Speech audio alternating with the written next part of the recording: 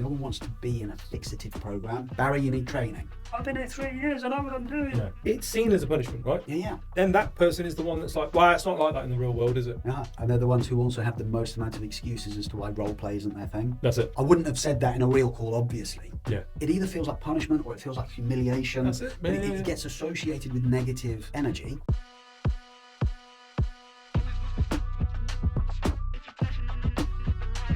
Welcome back to another episode of RecTalk. I'm your host, Nitin Sharma. My guest today is Jeremy Snell from the Rectools-recommended Rookie2Recruiter. Jeremy, I appreciate you coming down again. I love spending any time spent with you is fun and interesting. But we spent a lot of time off camera just going through sort of almost the next evolution to the Rookie2Recruiter platform, which we'll want to kind of dig into a little bit. But I think let's frame this because right now, you made a really good point. We have a lot of leaders out there who are not very good at managing. Yeah. And right now with the markets, the market conditions, the economy, the state of kind of the technology landscape, we need managers, right? We need people who can hands-on manage. Yes, we need accountability. And the focus needs to move away from efficiencies and actually be put onto productivity, right?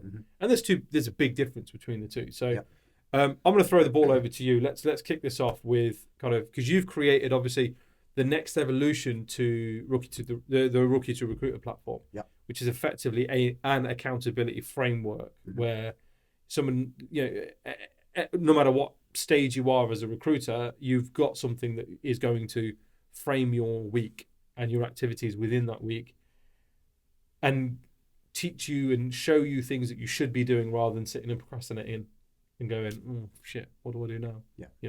So look, I'm gonna throw the ball over to you. First of all, welcome. Why now? What's made you go, this is needed now, this framework that you've now kind of put together? I think we've arrived at an intersection of quite a few different drivers for what's needed today.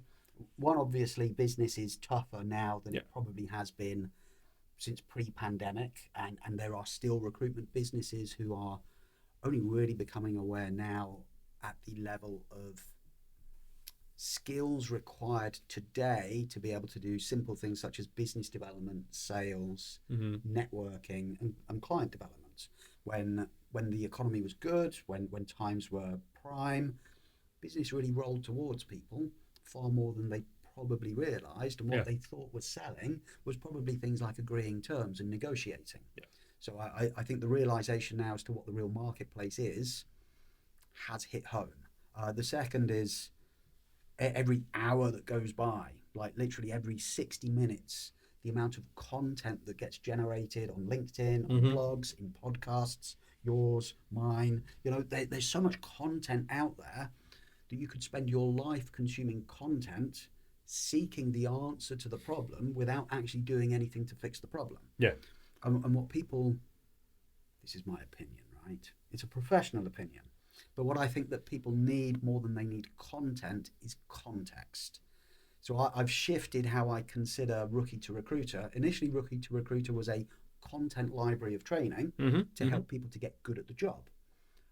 It has now become a context generator so that people who are accessing it can consume the right content at the right time in the context of what they need. And to help them to be able to understand truly what does it mean to level up at what you're doing rather than simply getting better at what you've already done. And we've embraced almost societally, not just as an industry, the concept that leadership is better than management. Marginal gains are the things that we should be chasing.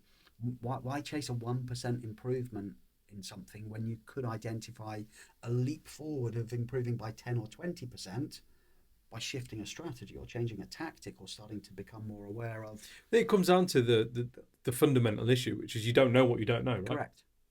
We've all seen it. You've seen it possibly more than most, in that you have recruiters and leaders and managers and business owners that think that they are operating at absolute peak. I am the best in the industry at what I do. And look, long may they continue to feel that way, right? Far be it for me to tell them they're not. But then you kind of dig into the detail and you're kind of like, actually, do you know what? You're probably operating at sort of a 3 or a 4. Like you're probably the best at that level of recruitment. Yeah. You know, in that cohort. Yes. But if I was to plonk you into a new market, a new team, a new business, you know, geographical or industry or whatever, you wouldn't be able to replicate what you've done and what you've achieved. You know, and look, that's a tough pill to swallow. Yeah, it is. Yes. You know, I don't want to bore people with the psychology of it all. There's something called the Dunning-Krueger effect. Google it. Tell us about it. I've used your prices theory quite a bit since the last episode, and looked into sort of other psychology theories that I think sort of apply. So I'll tell you about mine in a minute, which applies really well to this. But go on.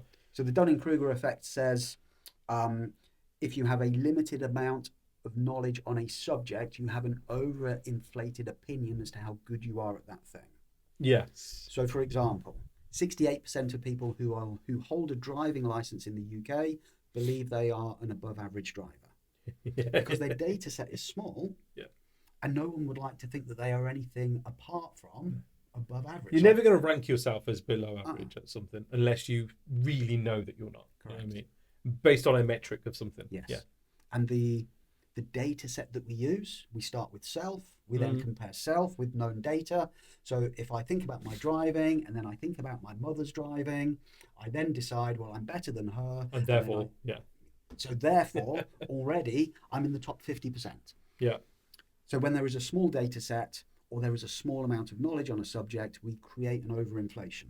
It often happens in sessions that I deliver face-to-face, where I ask people, rank yourself on a scale of 1 to 10. How good are you at this thing?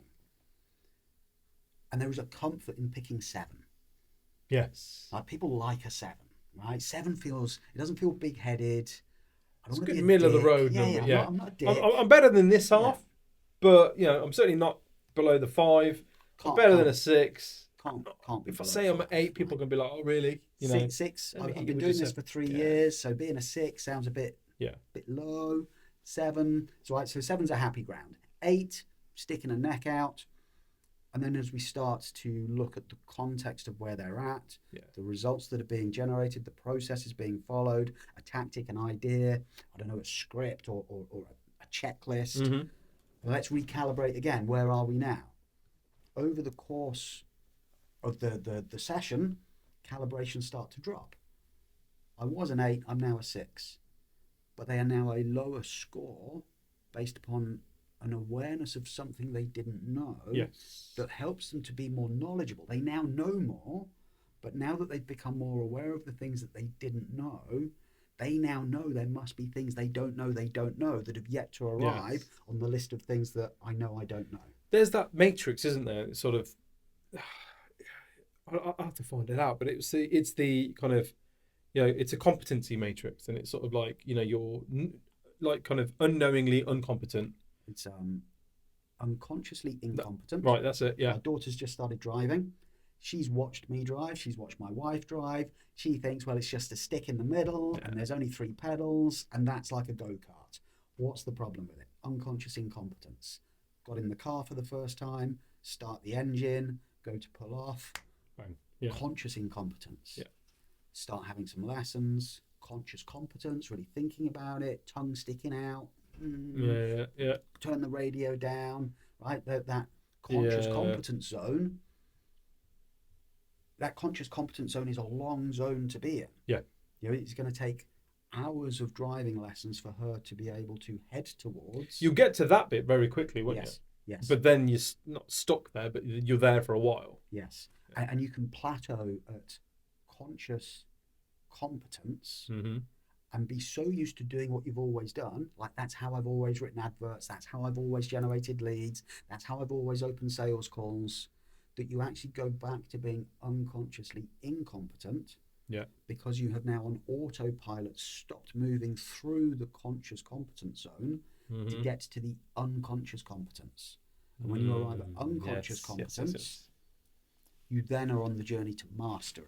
Yeah. And there are very few people who achieve mastery because they don't invest enough time in the unconscious conscious journey Yeah. to start to really think about how do I make sure that I'm doing the right things to the right standards and deploy this thing called purposeful practice. Because when I do purposeful practice, I'm doing something with an intent to develop a skill or a tactic or a process that is the next level of learning to help me to be able to get better. And there are multiple tasks in recruitment that if we were to teleport into some recruitment offices, the ones who are working together, right? Not the working from homes. We go into their offices and we start to talk to people about something as simple as lead generation. It becomes a binary task. I can do that. I can't do that. Yes. It doesn't become I believe I am level 3 at lead generation and I have a clear picture as to what it will take to get to level 4, and I know what I need to be practicing to become level 4, and that is what I intend to focus on over the course of the next week, because more than anything else what I need is some better clients or more jobs, or to work with people who respect me for the quality of what I do rather than choose to work with me out of the necessity of being in the shit. It's that leans into a theory that I've been reading up on a lot recently. So the law of accumulation, and the idea behind that is that nothing is ever stationary. Unless if you're not moving towards your goal, you're moving further away from it. Yes. And that applies in everything, right? Be it kind of relationships, be it friendships, be it kind of, bettering yourself as a person, but also in business, in that everything that you do, whether it's posting on LinkedIn, whether it's filming that video and putting it out there, whether that's making that phone call and making that outbound dial, everything that you do has an impact, whether that moves you closer to your goal or further away from it. And so if you think about, I'm consciously competent at lead generation, and so I'm just going to keep doing the thing that I'm doing, you're not aware of the things that you don't know. So you're not moving towards the goal anymore. You're not moving forward in terms of your self-development, professional development. So actually, because nothing in the universe stays stationary, it's always moving forward or backwards, you've now regressed back into unconscious incompetence. Because the world's progressed and everything's moved forward and you didn't. You just kept doing the thing that you thought you knew how to do. And you mentioned it out there, and I use this one quite a lot, where you meet people that are like, I've got 5 years experience, and then you really dig into it and you're like, no, you've got a year's experience 5 times over. Yes. That's what you've got. You're a great year 1, but then you just didn't really progress any further than that in terms of skill set and self-learning and self-development. And so really, again, law of accumulation, you haven't moved ahead. Correct. You've regressed, you've gone backwards. And that person with 5 years tenure, who has the equivalent of 5 times 1 year's experience, is now unconsciously competent at being level 1, being year 1 of experience, and therefore has stopped thinking about what does the next level of good look like, and they start to attribute the next level of good is based upon economy, based upon political systems, based upon client appetite. Factors outside of my control. Exactly. Yeah, I'm doing everything I can. Yes. It's not my fault that the tariffs are happening and the government's done this and the clients are doing this and wages have gone up. None of that's my fault. I can't do anything about it, right? Or you're on a better market. If I had your market, I'd slap it. But I'm not. I'm stuck where I am. Yes. It becomes that kind of sort of excuse-making culture, right? And as business owners and leaders, unfortunately, we allow it. We do. Because we're in this situation, and I was in this situation where rather than investing my energy, my time, and my efforts in the mediocre ones to take them from good to great, and where that would have yielded much better results, I was too busy focused on the ones that were just sort of dragging their feet and not quite going along. And truthfully, we probably had in the business longer than we should have done. And a decision should have been made. But we weren't thinking productivity, we were thinking efficiencies. That's my real life example of that, where we shot ourselves in the foot. And if you're doing a job where you feel like you've achieved unconscious competence, and then you start to convince yourself, I know this, right? Completed it, right? Recruitment completed, done. I know what I'm doing. The striving stops. So with your law of accumulation, you start to go backwards. 180 billers become 150 billers, blame clients, sensitivity to prices, or whatever the thing might Whatever be. it might be, yeah. And because the striving stops, we stop looking for how do I level up? Yeah. So we become unaware of what perhaps others are doing because we look at our own data set, which is our colleagues. Mm-hmm.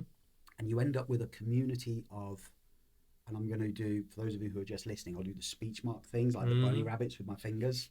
For those who are experienced, we end up with a community of people who are on the verge of boredom because there is no more intrinsic challenge to betterment. And because they're on the verge of boredom in what is a tough market, they start to become either resentful or cynical. And we start to see churn of people who are assets to the business and good people who have lost their mojo because no one has given them the roadmap to help them to be able to recognize, do you know what's next? If you want it. Yes. If you want it, this is what could be next. It becomes your choice. If you want to find the reinvigoration, if you want to get your mojo, if you want to start to feel like your job is becoming more sophisticated than it was yesterday, if your job feels boring, that's your choice. If your job feels mundane, you built that. And you can change that as soon as you want. That doesn't require anything external to change. That's for you to decide. I have an appetite to try and discover what would better look like. And if that is outside of my business, that's why experienced recruiters move on. Yeah. If it's not available in my business, I'll start to look for it elsewhere. And when you have a data set of perhaps 20 consultants and you have 60% of them are average, you've got 12 people. If those 12 people could improve their productivity by 20% by being reinvigorated, this is where L&D becomes fuel and it stops being fixative. No one wants to be in a fixative program. No one wants to be the person who need training. You're rubbish at this. You need training. I'm going to bring somebody in to teach you how to do BD. Barry, your job's a shit. Yeah. Barry, you need training. I've been here 3 years. I know what I'm doing. Yeah. But then it's seen as a punishment, right? Yeah. I'm 3 years into this, and now you're making me sit around a table and listen to X, Y, and Z tell me how to do BD calls. And then we've all been in those training rooms, and then that person is the one that's like, well, it's not like that in the real world, is it? You're talking about like, a utopian world. Yes. The fact is, our clients don't say that. My clients don't do that. My candidates do this. And they're the ones who also have the most amount of excuses as to why role play isn't their thing. That's it. I wouldn't have said that in a real call, obviously. Yeah. Well, let's pretend these are real calls. So why did you say it now? Yeah. Show. So it either feels like punishment or it feels like humiliation. That's it. It gets associated with negative energy. I worked with a business owner, Stuart, who told me, you used to come into the business I worked at and I felt that training was something the MD asked you to do to me. now I own my own business. He told me to do a lot of things to you. Now I own training wasn't one of them. Now I own my own business. I see training as something entirely different. Yeah. And I want to create a different experience for the people who are in the team, so it doesn't feel like it's either a bollocking, being fixed, or a process of humiliation. Because at best, people will then enjoy the free biscuits and the time off the phones. And that's like fundamentally wrong. However, it exists like that because that's what we built. Yeah. So we need to build something. We've used different. it in that way, though, right? Yes. If that's what it all come down to is we've done this because or we do this and it feels that way because that's how we've built it and that's how we use it. And people get promoted in recruitment because of their billings. Yeah. Billings in theory are a product of performance, but sometimes they're a product of a client's performance rather than a consultant's performance. So people can get promoted. Peter Principle, do you know the Peter Principle? No. You get promoted to your level of incompetence, and that's where you stop because you can't go any higher. Yeah. Okay. Yeah. So some people get promoted to their level of incompetence, and that doesn't mean they've been promoted to their level of potential. It just means that the consumption comes down to you don't know what you don't know, right? At the end of the day, that's it. And if you listen, I've been driving for nearly 20 years, over 20 years. Take a break. Yeah. But if someone said to me, right, you need to do some more driving lessons, I'd see that as an insult. Yeah. Right? But things have changed since I learned to drive. If there was like super advanced driving lessons. That's it. If you framed it as a, listen, this is only for the 20-year plus drivers. Yeah. You know, and we're going to teach you some cool shit that the others don't get to do this stuff. Or if it was presented to you in the context of your problem, that might be how to drive your car to reduce the amount of times you have to change your tyres. Yes. Right? Yeah. When you start to actually present something that you frame it to a solution, that's it, rather than a, Jeremy, you need some training. Like, what do you mean? What do you mean I need some training? You know, oh no, we've decided that you need some training. Yes. And we've brought this person in who's going to do training with you. What ends up happening is, this is what we did. And what ends up happening is, oh, the trainer's coming in, yay, we've got a day off the phones. Oh, here's a little workbook to work through. Yay, we're going to work through this workbook. Yay, we're so excited. Day 2, day 3, day 4. He's coming next week. Oh shit, he's coming tomorrow. Have you done the thing? Oh no. Oh, we should probably, crap. And I'm sat there and I'm listening. I'm like, this is what we've paid for. And it's not the trainer's fault. We framed this in the wrong way because we've told them they're having training. Yes. We've told them who's coming to train them. And we've told them they need to sit down, shut up and listen. So we're treating them like children and then expecting them to behave like adults. That's our fault. Yeah. That effectively, that responsibility falls to us. So let's talk about this evolution to your platform then. So for context, for those who possibly don't know, you know, the Rookie2Recruiter platform started off as exactly that, right? It was to take a rookie through the learning to get to a competent recruiter, like what we now frame as sort of a level 4 competency, right? Can do the job, it's probably going to bill you 120, 150 grand a year, pay the cost, put a bit of profitability on, happy days, right? Then that turned into, like you say, a content machine, you know, right, I want to learn about retained, I want to learn about how to pitch this, how to do that, how to do this. 120 plus videos on this library, I can sit and consume the lot if I'm so inclined to, or I can sit there and do micro bits of learning, you know, in between things, whatever. It's great. Tell me about this next evolution now that you've kind of gone, okay, this is where we need to take this, and what drove that decision? So the catalyst for it was the evolution. You're so much more eloquent with words, aren't you? The catalyst for it. What was the catalyst? What was the catalyst for the change in your platform? You know what I mean by catalyst, right? No, yeah. It's just you reworded what I said in so much better way, and I'm just like, no. Look, all we have. You're very eloquent. It's words is everything, right? Yeah, no. And I feel incompetent. There's still people out there who train in training to salespeople. The bullshit that communication is 55%, 38%, 7%, and 7% is words. If that was true, I could go to Japan and probably get by 93% of the time because I'd have body language and tonality. Like I know exactly what you mean. Yeah. Hey, what can I eat here? And they would know what I meant, and they'd go, "Well, you can have whatever you want, dude. Do you like fish?" And I'd go, "Yeah." And it's all hands and tone. Little fish. That's exactly what I want. Yeah. I'm with you, brother. Yeah. Right. So. No, true. Words are so important. Sorry, we're now on a digress. No, yeah. No, I agree. I always say that exactly that. Language is so important in that you can weaponize something and you can change how something is presented and sounds just by changing the words. Yes. Right. And I can create inflections, changes in volume and pitch and pace and tone and all of those things. That is enhancing the words that I chose rather than replacing the need for the words. Do you know what I mean? Yeah, agree. Otherwise, I could just sound like a dolphin. And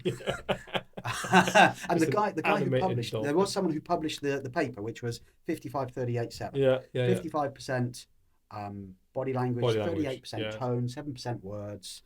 And he then spent the rest of his life trying to stop people from misinterpreting it because they took it as being Dunning-Krueger effect. Yeah. Oh, a little bit of knowledge. I'm now going to train the world that 7% is just words. Regurgitate this. Did you read the paper? No. Who wrote the paper? Don't know. Yeah. Have you validated it? No, but someone else gave it to me. Yeah. The 55-38-7 is just as much a work of fiction as 80% of people who take a counter offer leave in the next 6 months.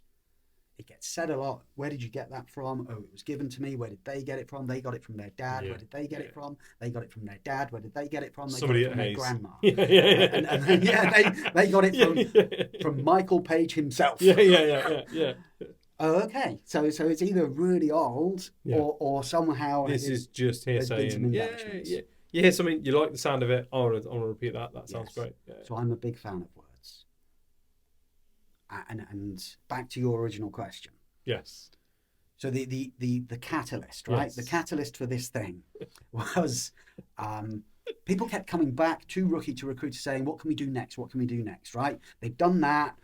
Good. They're producing results. What's next? And the people who've been through it had an appetite for that. The business owners have an appetite for that. So we started to grow the different pathways and channels so that it became for advanced recruitment skills and for highly competent recruiters. We built into it management training as opposed to leadership training to actually help those who are managing people to develop their performance with the simplicities of how to construct one-to-ones, how to deliver feedback. Which again, let's be honest, a lot of that is just learned behaviours, right? Yeah. You're a good biller, Jeremy, and we're going to promote you to a managing consultant position. You've got 3 people that are reporting to you now. And my default memory of being managed... I've never managed anyone before, but I remember how my manager used to manage me, and it was... We did one-to-ones, and those one-to-ones were more about telling me what to pub, do. and he would tell me what to do while if I were you, pints. this is what I would do. Yeah. And therefore, my development was restricted to the level of capability of my manager. That's it. Because my manager would never tell me the things that they didn't know that they know that I don't know, that would help me to be able to become more advanced or more sophisticated, right? So as we grew the offering in Rookie2Recruiter, the next biggest lie that gets shared is more content, more choice, better. People don't like lots of content. People just want an answer to the question. So as the library of stuff grew and as the membership grew, we needed to move from being content creators to context generators. So I now consider myself to be a context generator rather than a content creator. And the context generation comes from somebody knowing what is my roadblock or my challenge or my requirement or the skill that I want to become my superpower, formulate that into a question, put that into Rookie2Recruiter, and it then shows you this is the recommendation as to what you need to be consuming. So content is presented in the context of a question. When somebody consumes a video, so I created a video which is 14 minutes long, which is how to generate leads. You could watch that with 10 years tenure and learn something from it. You could watch it with 10 minutes tenure and learn something from it. What I would expect you to do afterwards would be different. Because if the person with 10 years experience then follows the same roadmap as the person with 10 minutes, they are seeking marginal gains at the basics rather than seeking the improvement of the next actually leap wanting forward, to level up, right? So every video now has, on average, 18 activities that are streamed. Competencies levels 1 to 4, those are for the rookies. The rookies need to complete all of those, and they need to be part of the fabric of one-to-ones, which we've then baked into the management training. How to be able to manage this process. We then have levels 5, 6, 7, which is for the experienced, those who have proven a capability to bill, those who perhaps are on the borderline of becoming either bored or it's starting to feel routine, or they're using language like, I know what I'm doing, leave me alone. You know? I suppose also at that level, they tend to start cutting corners, right? Because it's sort of like, oh, I've done this long enough, I know what works. I won't do the counter offer. I won't mention counter offer to them. I won't do the, do you want me to help you with your notice? Do you want me to help put your resignation letter together? They won't do the interview prep. And then they find that their billings have started to peter off. And whereas they used to fill 2 in 4 that they worked, they're now 1 in 4. And they're like, And because it's gradual. You don't really notice it to be able to go, I need to go back to the basics. That's it. So as it becomes gradual, you start to look for reasons that, the clients have just gone quiet this month. It's the summer. right? Oh yeah, everyone's on holiday. Yeah. Yeah, candidates are on holiday. That's why my responses have gone down. So we look for the logic to explain that it's not us. Yeah. So the content, which is the mid-tier competencies, you watch the same video, the activities are different because you need to be advancing, you need to be growing, you need to be leveling up. So you make a selection of those activities to commit to doing those. And then levels 8, level 9, level 10, those are the elite activities, which are very challenging for most experienced recruiters. And it will introduce them to ways to be able to generate leads that is still linked to the fundamental messages of being able to define and find leads. They are highly sophisticated, deeper rooted in community, deeper rooted in networking, deeper rooted in But skills at this point in your tenure and experience, where you should be. This shouldn't be Or difficult.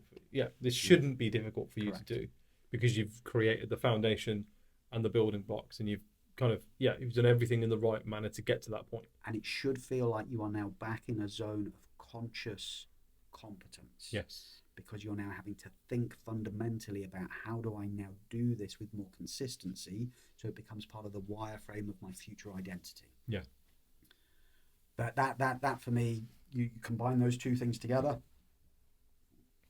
Very few, if any, online learning platform, recruitment specific programs deliver anything like that. At the point of defining competency, it's kind of left to the business to decide. And it is left for the business to decide. Now you've done the program, you've done the training, or you've watched the video, what are you going to do? And when somebody's like, what am I going to do?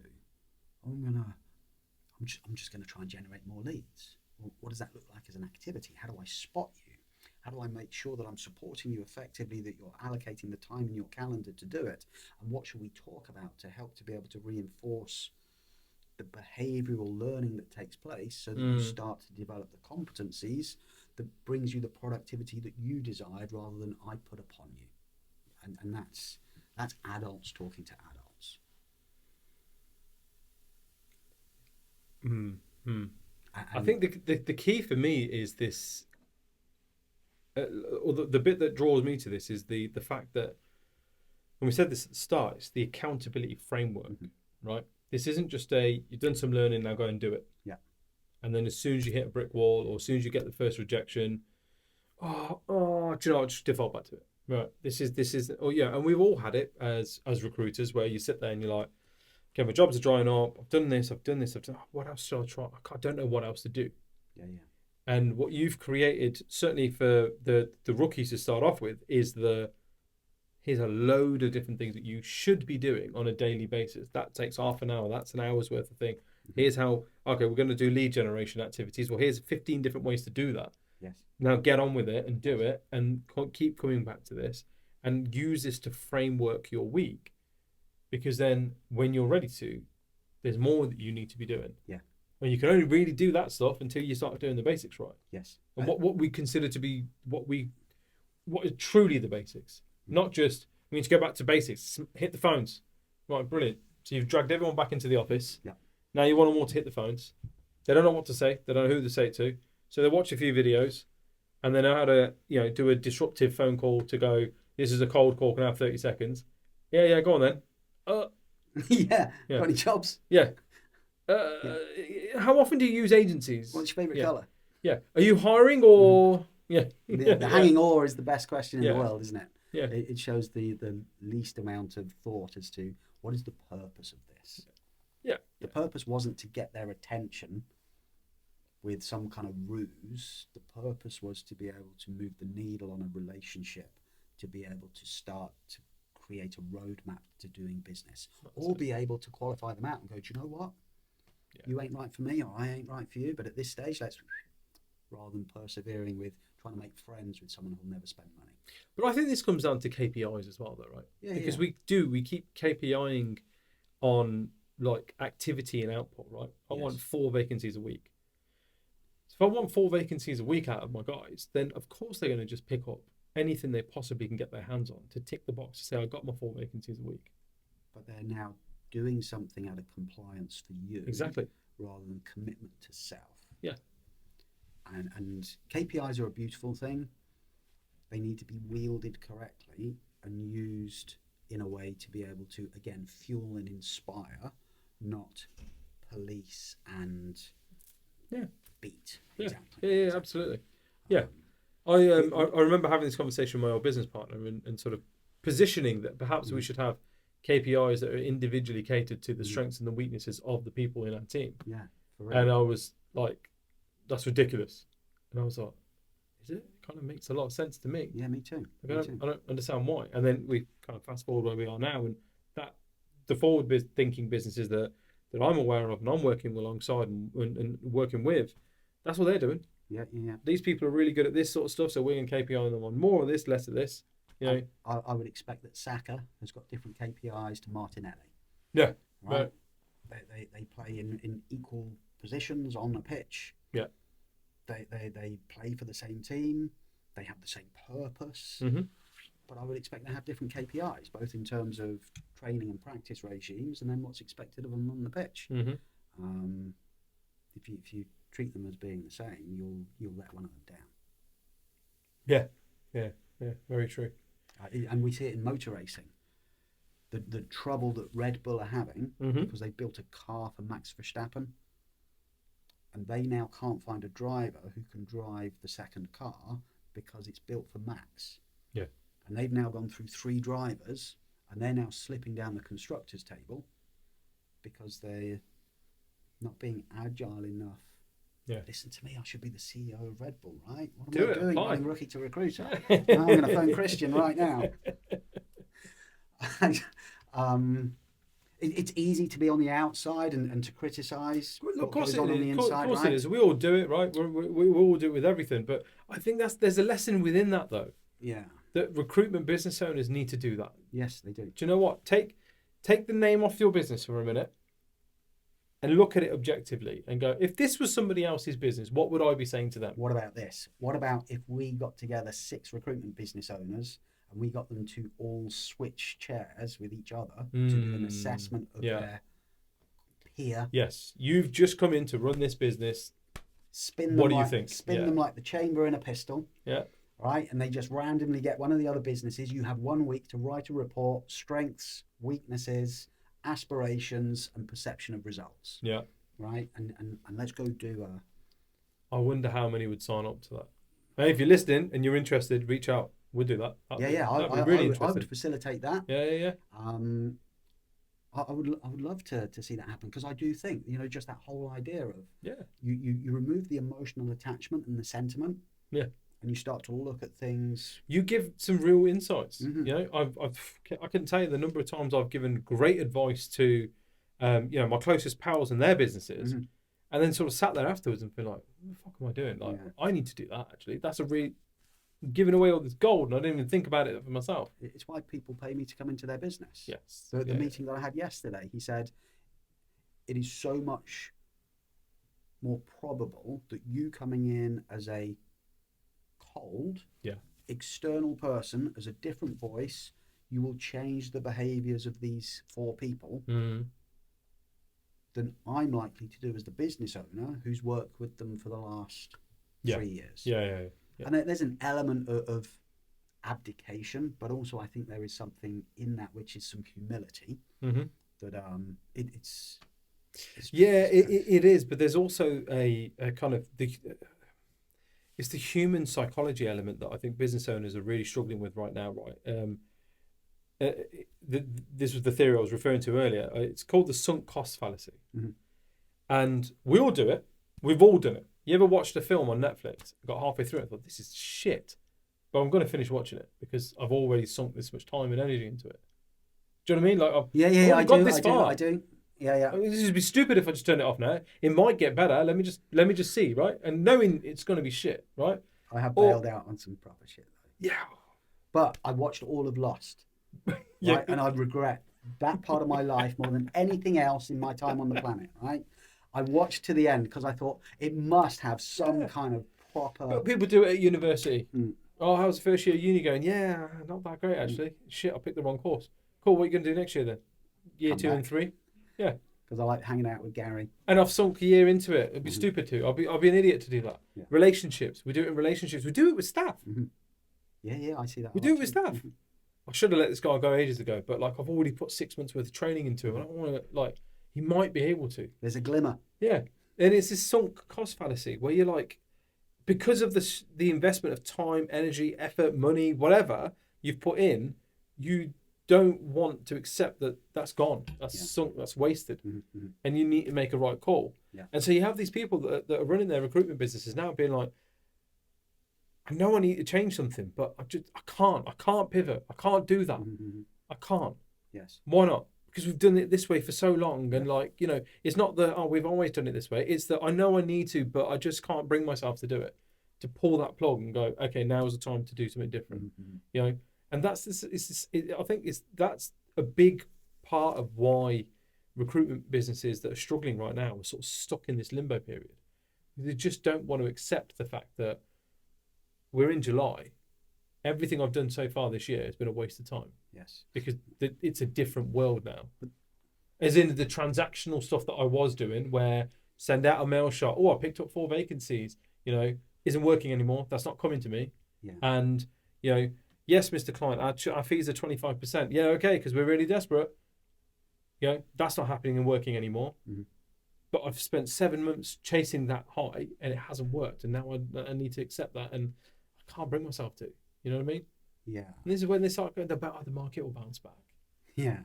I think there's also an anxiety because people have got like total clarity on what do I need to what I need to do is mundane as I need to flip to 100% retained. That's what I need to do.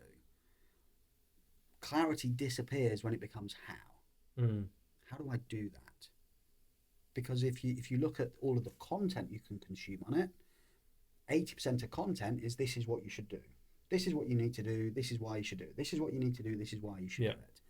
Actually finding the messaging about how to do it in the context of my clients, my geography, my skill, you know, all of those things. For me, how do I do this? Yeah. Not how did you do it? Yeah. Yeah. How do I do it? How do I do it? And that happens at a desk level too. Mm-hmm. I know I need more jobs. I know I need to generate more leads. How do I do it? Not how did you do it? Not how does someone else do it? Yeah. How would one do it? How do I do it? And again, that's what Rookie2Recruiter creates. It's the context of this is how you do this thing. Yeah, yours isn't. Yeah. This is the one thing I picked up, and the feedback that I've seen is this isn't a one size fits all. This is how the process is, and you amend it and you adapt it to your market, your idiosyncrasies. Yes. You know, you're not scripting a cold call and saying this is what you need to say. Yeah. You're giving the psychology, the theory behind what we're trying to achieve here. What's the cadence to this messaging? And here's some activities that you need to go and do. Now, listen, if you want to do this is a 30-second, can I have 30 seconds? You want me to drown my nan? Fine, do that. If you'd rather be up front and go and say, how are you? You know, then something, fine, do that. We'll do what works for you, but you're doing it. But you're doing it. Capture the data that proves that you're doing the right thing based upon results rather than level of comfort. Yes. Because if you're doing it out of comfort and it's not producing results, well then, again, the accumulation, law of accumulation. If you're just doing it out of comfort, you're not moving towards a goal, and therefore you're moving backwards. Because nothing sits stationary. Yes. If you're not going this way, you are going this way, regardless of whether you feel like you're going backwards or not. You are. And that creates something called cognitive dissonance, because I have two goals. I have a goal that I want to be able to get more clients, or I have a goal that I want to earn more money. I also have another goal, which is I want to be comfortable and to avoid pain. So when I have a logical goal and I have an emotional goal, the two now play tug of war in my head. Of course. So at the end of today, logic always wins. Jeremy, you've been a dick today. Tomorrow, come in tomorrow and be the beast. And I can go, tomorrow I'm going to be the beast. Tomorrow arrives, I'm like, it's beast day. Yeah. Self-preservation, not feeling like avoidance the beast of pain. Yeah. So I now head towards that goal. And I can't head towards both goals at the same time until I embrace the fact that there will be a compromise in how I feel on the journey to getting good at doing something. Do you not think there's a level of, or the perspective of just then don't make it uncomfortable for yourself? Correct. Right? Do the right activity. If comfort is what you're seeking, which we all are, then do the thing that makes you comfortable. Do you know what I mean? Like, and look, if those goals don't align, if you want to be comfortable and and the discomfort comes from making outbound cold calls, and it truly does, right? That's a big part of this job. Yeah. You're in the wrong job. Yes. This isn't the job for you. If the discomfort is, I don't like being told to fuck off and gatekeepers being rude to me, and the logic is I need to make more dials today, I need to speak to more strangers and make to a cold outreach. Well, the discomfort can be addressed by just changing what you're doing. As in, what have you been saying where they're saying fuck off?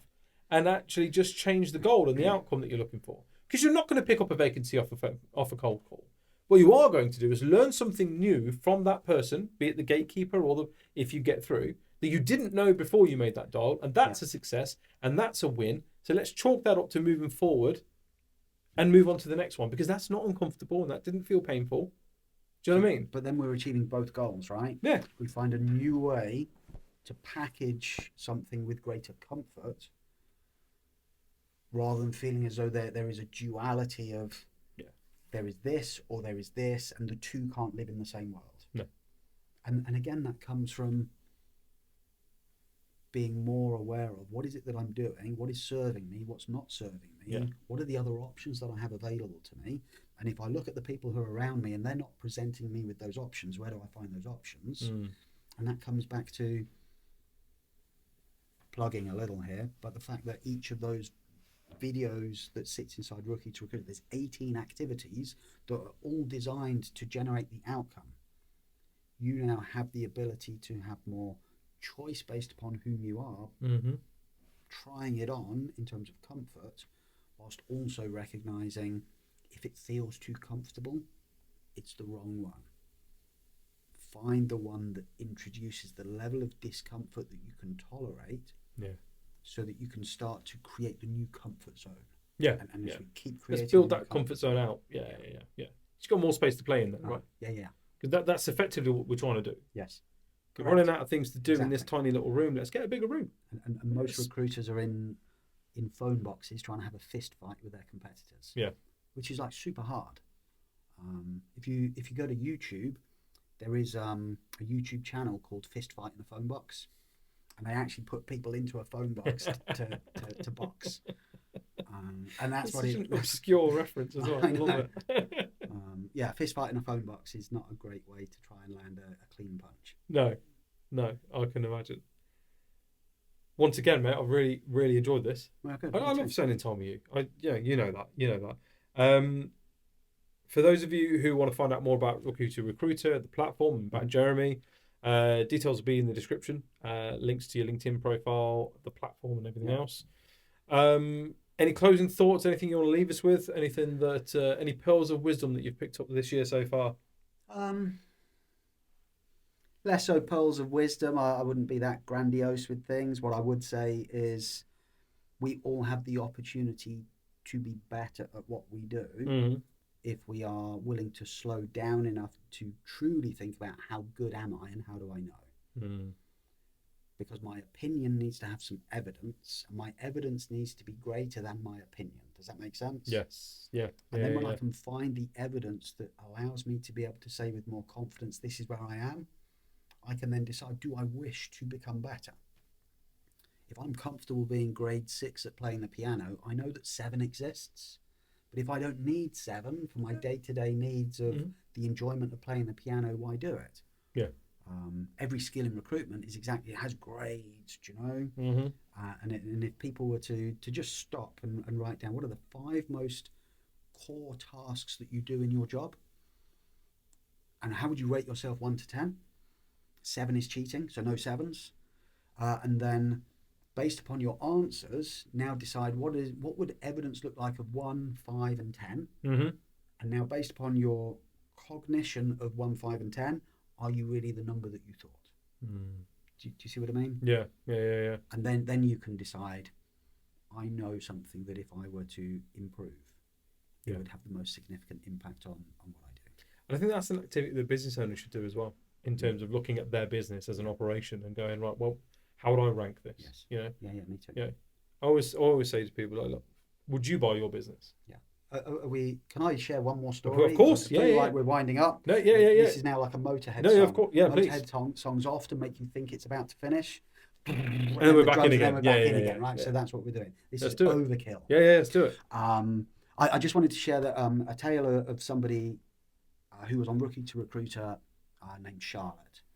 And Charlotte joined Rookie2Recruiter as a pure rookie in a business that was very, in theory, job rich, candidate shy, and will always remain that way, right? The demand for good people means that it is very candidate driven. So your ability to generate good candidates is the same in many other agencies today as your ability to generate good jobs. Yeah. Right? Yeah. And she consumed a piece of content in the context of her challenge, which was, if only I could find more, I would make more money. So she consumed this piece of content that was how to headhunt people using the telephone. And the piece of content that she watched was somewhere in the region of 18 minutes. It was the only piece of content she consumed in the entire platform for her first 6 weeks. Every week she turned up to the Q&A.